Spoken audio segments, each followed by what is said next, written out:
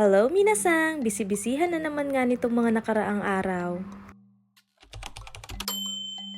Gumawa na naman nga ako ng empanada kasi may umorder sa akin ng party packs. Sayang naman kung yun lang yung gagawin ko kaya ginrab ko na yung opportunity at nag-post na naman nga ako kung sinong mga gustong umorder. Kaya ganito siya kapag nagawa ko na tapos kinabukasan dun ko na siya piprituhin kasi mahirap nga po kapag pinagsabay-sabay yan lahat. Diyan ko na nga po yan agad nilalagay kasi po mahirap kapag pinagpatong-patong siya at baka ma-deform pa nga yung empanada. Di rin po kasi siya maki-space kapag dyan na nakalagay yung mga empanada at tingnan nyo po at napakarami ngang umorder sa akin. Thank you Lord! Eto nga't 1 AM na nga rin ako natapos. Kinabukasan nga eto, naglagay na agad ako ng mantika dito sa mga kawali dahil ipiprito ko na nga po yung isi-ship ko dahil dapat palamigin ko muna yan bago ko ibalot. Yung iba nga po ino-oven yan pero ang turo nga po sa akin ng ate ko iprito daw po dahil mas masarap at mas crispy kapag piniprito. Naku, kapag naaamoy ko talaga tong empanada na to, hindi talaga nakakasawa yung amoy niya dahil ang bango-bango talaga niya habang piniprito. Diyan pa nga lang, parang gusto ko na mag-almusal at sabayan ng mainit na kape dyan sa umaga. Since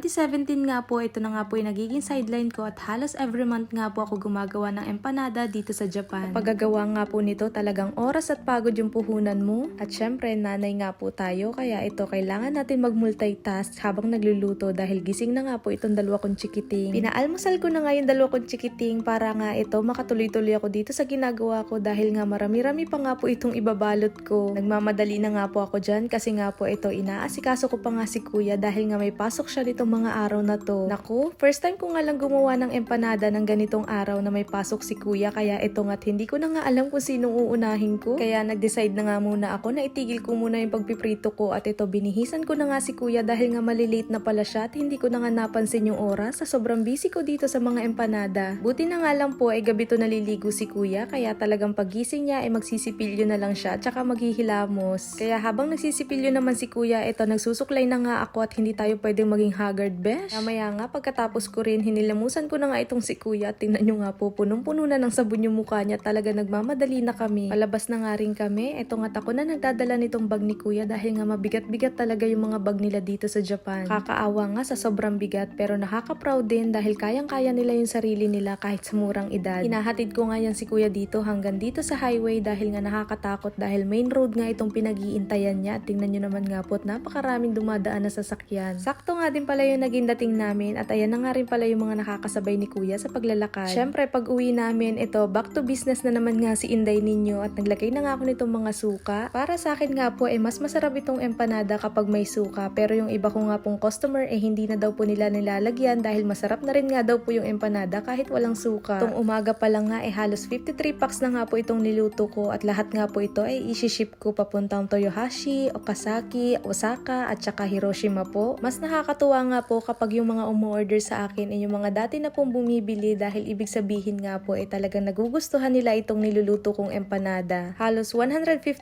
pieces na empanada nga pala po yung mga nagawa ko at ready to ship na nga po dahil pinapalamig ko na nga po yan ng mga oras na yan. Maya-maya nga lang din nung naibalot ko na yung mga empanada dumating na nga si mama at saka si Ate Marilu. Buti na nga lang din po may nakakasama ako sa pag-ship dahil nga po si RM may trabaho at wala kaming kasama ni Miyuki. At maya-maya nga nakarating na nga kami dito sa post office at ipapadala ko na nga itong mga binalot kong empanada. Etong mga pinapaship ko nga pala po pinaparef ko yan dito dahil nga po mahirap na at baka masira po yung palaman natin sa loob. Lalo na po kapag ganitong panahon dito sa Japan at grabe talaga dito uminit. Malaking tulong po itong empanada na to sa akin lalo na po ganitong wala akong trabaho. Kahit papano po nagkakaroon tayo dito ng income. Ito nga po't nakauwi na nga po kami at may patisyo na naman nga po si mamang binigay. At sa wakas, ito na nga po yung iniintay ko. Makakapagpahinga na nga po ang Inday nyo. Pag ganun nga po kadami at nagkakasabay-sabay na empanada talaga pong busy-busy ako niyan at hindi talaga po ako matitigil sa paggagawa. Pero syempre, mas gusto ko po yung ganun kadami.